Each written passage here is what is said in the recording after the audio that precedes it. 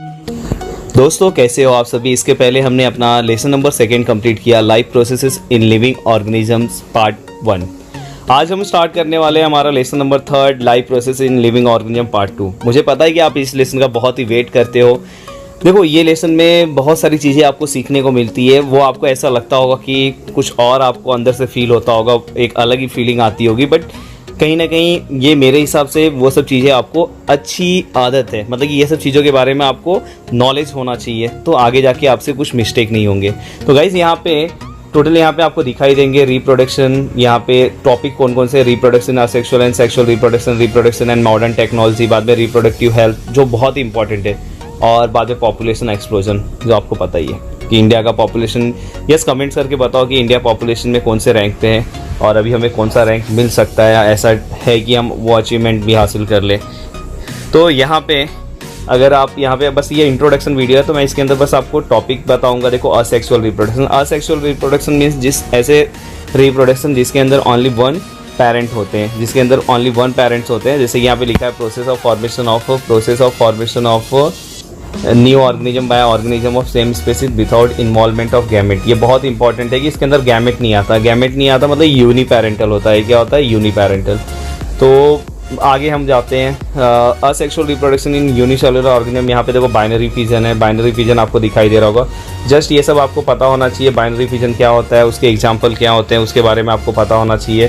Then अगर आप आगे जाओगे तो आपको यहाँ पे दिखाई दे रहा होगा आगे मल्टीपल फिजन दिखाई दे रहा है। मल्टीपल फिजन के बाद अगर आप देखोगे तो मल्टीपल फिजन में आपको सिस्ट का एग्जांपल दिखाई, अमीबा है मतलब यहाँ पे आपको सिस्ट का लेयर दिखाई दे रहा है। देन आपको बडिंग दिखाई देगा, बडिंग में एग्जांपल ईस्ट का है। देन आपको फ्रेगमेंटेशन स्पायरोगायरा का एग्जांपल है। देन रीजनरेशन आपको दिखाई दे रहा होगा, प्लेनेरिया का एग्जाम्पल है। बहुत ही अच्छे यहाँ पे बडिंग आपको दिखाई दे रहा होगा। बडिंग में यहाँ पे हाइड्रा का एग्जाम्पल है। वेजिटेटिव प्रोपोगेशन यहाँ पे दिख रहा होगा। वेजिटेटिव प्रोपोगेशन क्या होता है? The reproduction take place with the help of vegetative parts like a root, stem, leaf, bud is known as vegetative propagation या vegetative reproduction। then guys यहाँ पे अगर आप देखोगे तो spore formation, तो ये सब आपको पता होना चाहिए। नेक्स्ट आपका जो सबसे इंपॉर्टेंट टॉपिक है सेक्सुअल रिप्रोडक्शन। इंपॉर्टेंट मतलब कि आपके अंदर बहुत ही जुनून है ये टॉपिक पढ़ने के लिए, होना भी चाहिए, क्योंकि बहुत ही इंपॉर्टेंट टॉपिक है। इसमें हमें बहुत सारी चीज़ें नई सीखने को मिलेगी। आपको बहुत सारी चीज़ें बस ऊपर से पता होगा, बहुत सारी चीज़ें नहीं पता होगी, तो इसके अंदर मैं आपको बताऊंगा। देन यहाँ पे आपको गैमेट फॉर्मेशन दिखाई दे रहा होगा। गैमेट क्या होता है ये भी मैं आपको बताऊंगा। फर्टिलाइजेशन यहाँ पे आपको दिख रहा होगा। फर्टिलाइजेशन क्या होता है ये मैं बताऊंगा आपको। देन अगर आप आगे जाते हो तो यहाँ पे सेक्सुअल रिप्रोडक्शन इन प्लांट, हम प्लांट के बारे में ही पढ़ेंगे कि प्लांट में सेक्सुअल रिप्रोडक्शन क्या होता है। देन यहाँ पे आपको दिखाई दे रहा होगा यहाँ पे स्टिग्मा, स्टाइल, ओवरी। यहाँ पे अगर यहाँ पे एक डेफिनेशन आएगा आपको pollination, transfer of pollen from anther to stigma is known as pollination. Then यहाँ पे आप आगे जाओगे तो यहाँ पे आप एंड्रोसियम, गाइनोसियम यहाँ पे आप सब पढ़ने वाले हो, वो सब मैं आपको बताऊंगा। देन यहाँ पे डबल फर्टिलाइजेशन एक बहुत इंपॉर्टेंट है। डबल फर्टिलाइजेशन क्या होता है ये भी मैं आपको बताऊंगा। देन इसके बाद आप जर्मिनेशन एक छोटा सा पार्ट है। देन सबसे इंपॉर्टेंट टॉपिक जिसका आप वेट कर रहे थे, sexual reproduction in human being. Sexual reproduction in human being यहाँ से टॉपिक स्टार्ट होगा। कोशिश करूँगा ये टॉपिक भी मैं यहाँ पे कराऊँ, पर क्लासरूम में कराने में इसका मज़ा कुछ और होता है।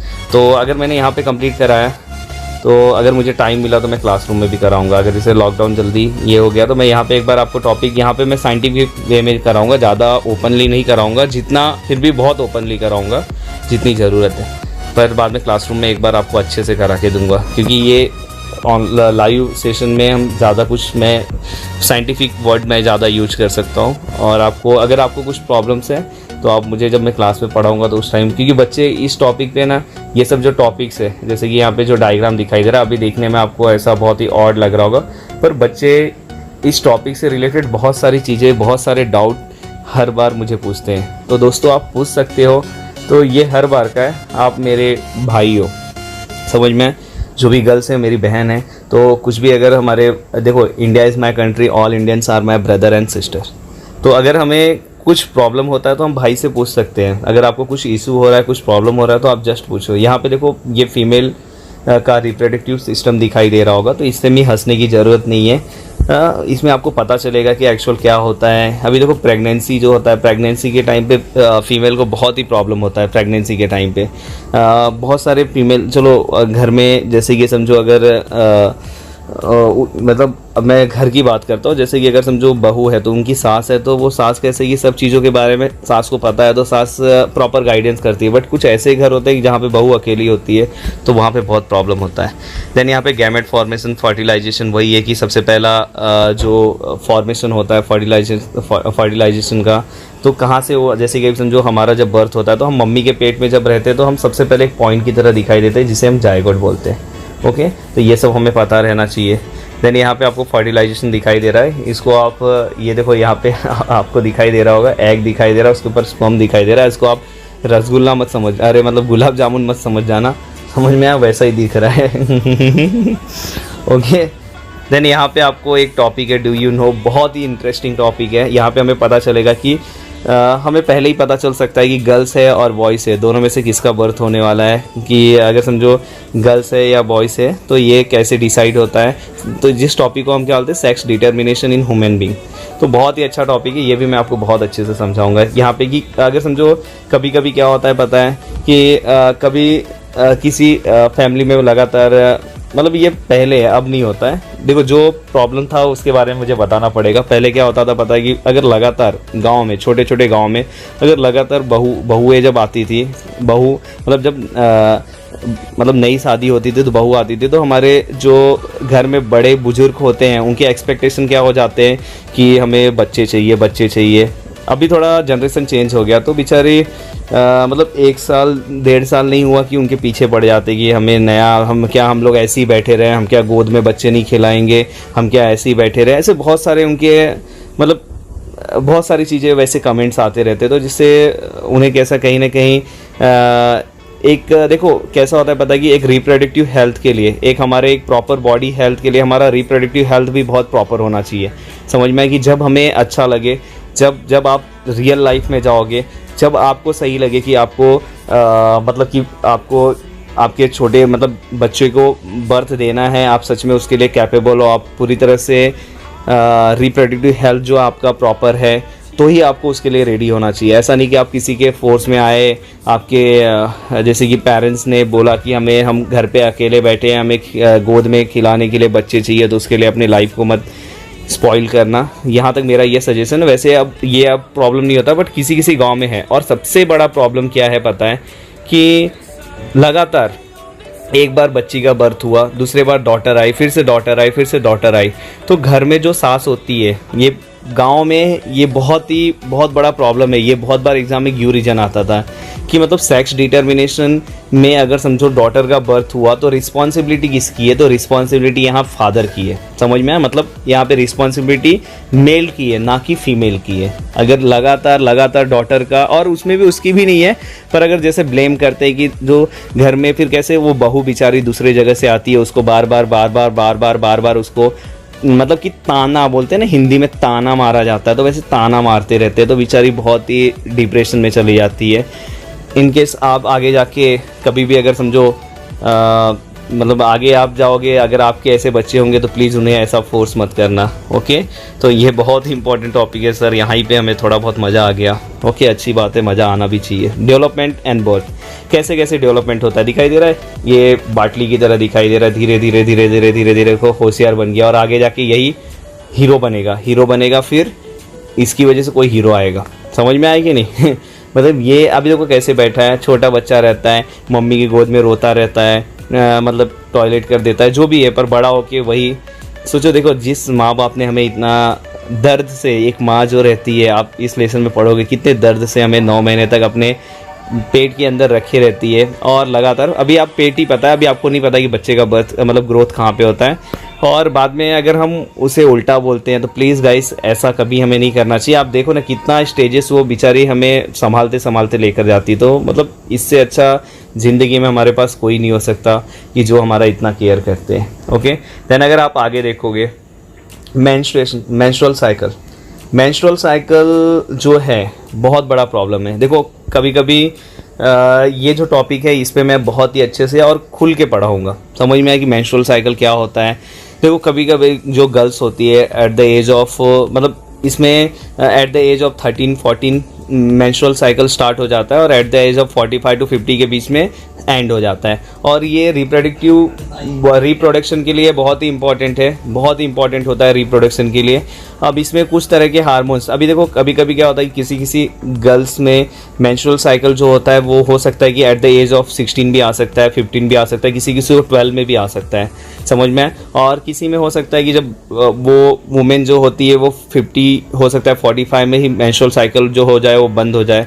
तो मेंस्ट्रुअल साइकिल जो होगा वो बहुत ही इंपॉर्टेंट होता है। अगर आपका साइकिल अगर प्रॉपर नहीं आ रहा होगा, अगर कुछ उसमें प्रॉब्लम्स होंगे तो प्लीज़ अपने मम्मी से, स्पेशली गर्ल्स जो है मम्मी से ज़्यादा कनेक्ट होती है, तो आप मम्मी से कांटेक्ट करके डॉक्टर के पास आपको तुरंत जाना चाहिए, क्योंकि ये इनप्रॉपर आने के बहुत सारे रीजन्स हो सकते हैं। इनप्रॉपर आने के एक नॉर्मल सा एग्जांपल मैं देता हूँ, अगर आप खाने में अगर प्रॉपर चीज़ों का इंटेक नहीं करोगे तो गर्ल्स को प्रॉब्लम होगा। अब ज़्यादातर अगर आप देखोगे कि जो गर्ल्स होते हैं उन्हें पेट में पेन होने लगता है, ऐसे अलग अलग प्रॉब्लम्स आने लगते हैं जब उनका मेंस्ट्रुअल साइकिल आता है। तो वो 4 डेज़ जो रहता है, 4 to 5 डेज़ जो रहता है, बहुत ही मतलब दर्द वाला रहता है, समझ में। ये हम फील नहीं कर सकते क्योंकि हम पर अगर आप जैसे अभी कैसे मैं टॉपिक को पढ़ाता हूँ इतने सालों से, तो मैं वो चीज़ों को फील कर सकता हूँ कि कितना प्रॉब्लम होता है। तो एक बोला जाए तो इसलिए बोला जाता है कि जो हमारे इस अर्थ पे जो मतलब कि एक फीमेल होती है,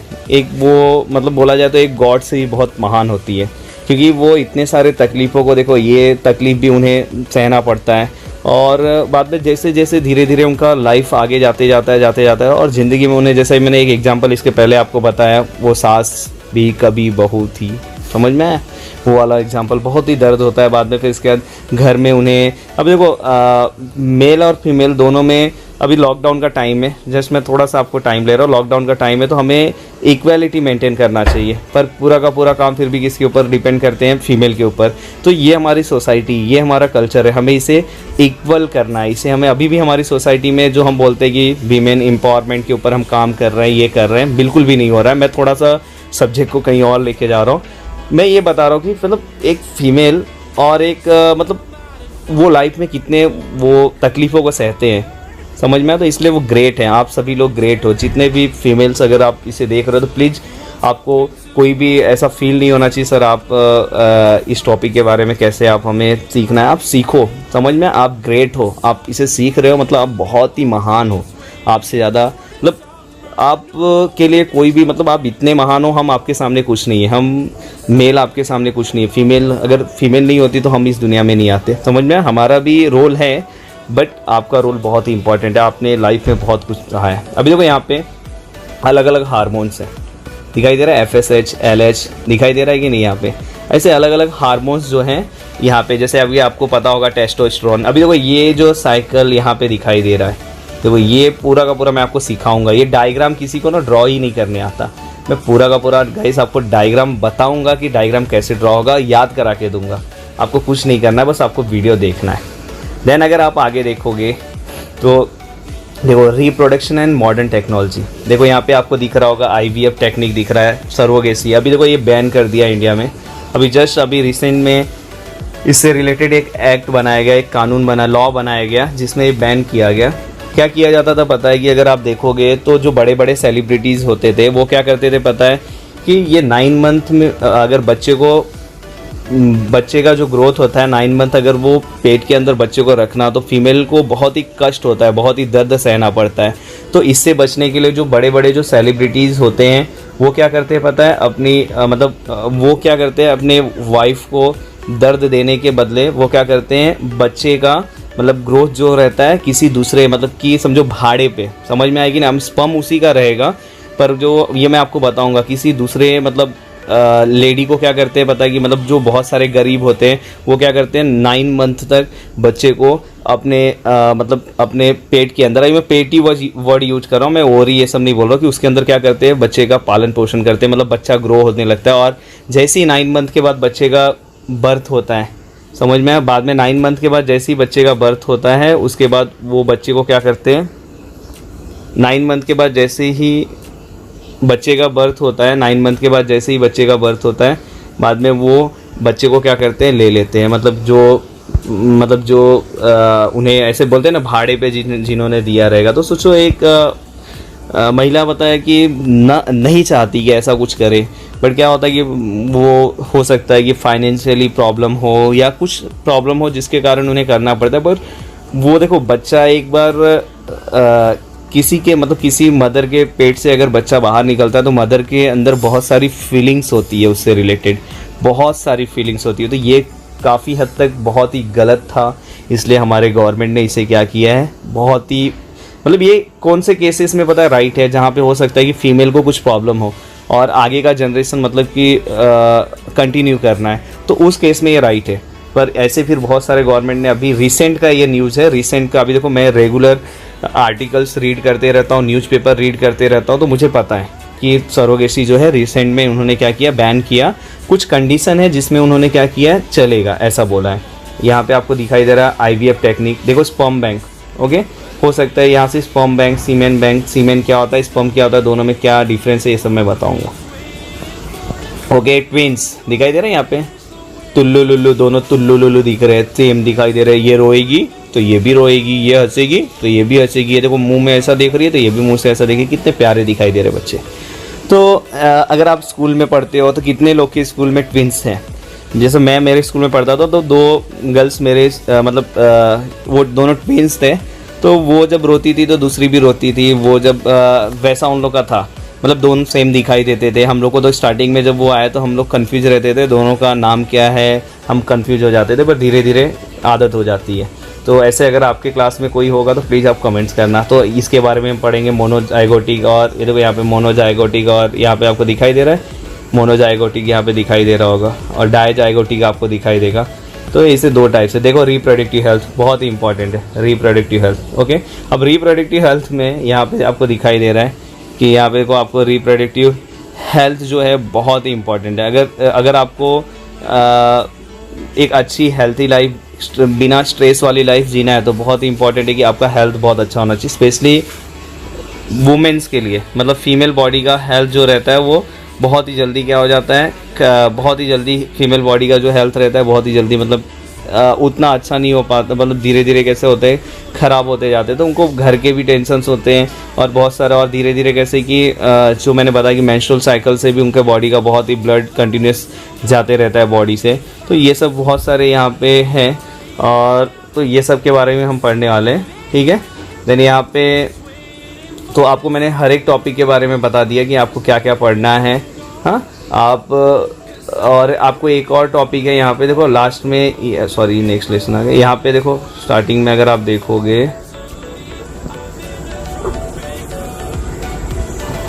ओके, तो देखो यहाँ पे स्टार्टिंग में यहाँ पे देखो पॉपुलेशन एक्सप्लोजन, तो ये टॉपिक भी आपको है पर लास्ट में अच्छे से उसको एक्सप्लेन नहीं किया। तो पॉपुलेशन एक्सप्लोजन का कंट्रोल कैसे करना है उससे रिलेटेड है। तो यहाँ पे मैं यहाँ पे ये भी बताऊंगा, उसमें भी आपको शर्माने की ज़रूरत नहीं है, जो चीज़ें हैं सबको पता है। हम यहाँ पे साइंटिफिक वे में हम पढ़ने वाले हैं, और हम एक एजुकेशन ले रहे हैं, ना कि हम कुछ गलत काम करें। तो हमें सब चीज़ें सीखना है। तो गाइस यहाँ पे आपको सब चीज़ें समझ में आ गया होगा, बहुत ही अच्छे से मैंने इसका इंट्रोडक्शन दे दिया। 1 बाय 1 हम इस टॉपिक को कंप्लीट करेंगे। अगर आपको इंट्रोडक्शन में ही बहुत ही मज़ा आ गया होगा तो प्लीज़ आप कमेंट्स करना। जितने लोग वीडियो को देख रहे हैं सबसे मुझे कमेंट्स चाहिए। अगर आप प्लीज़ इतना तो मेरे लिए कर सकते